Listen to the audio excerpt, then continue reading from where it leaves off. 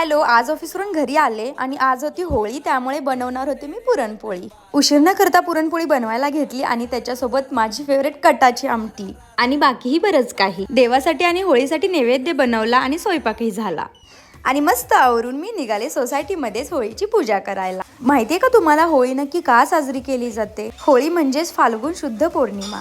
श्री शंकराने मदनाचे दहन केले तो हा दिवस. हिरण्यकशिपूची बहीण धुंडा ही प्रल्हादाला मारण्यासाठी मांडीवर घेऊन बसली.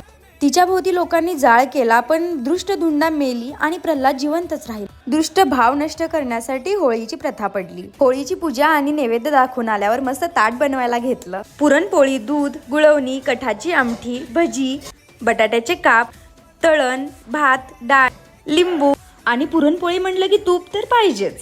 मग नाजूक हाताने साजूक तूप टाकलं. मस्त पुरणपोळीचं ताट रेडी झालं. होळीच्या सगळ्यांना खूप खूप शुभेच्छा. Okay, bye.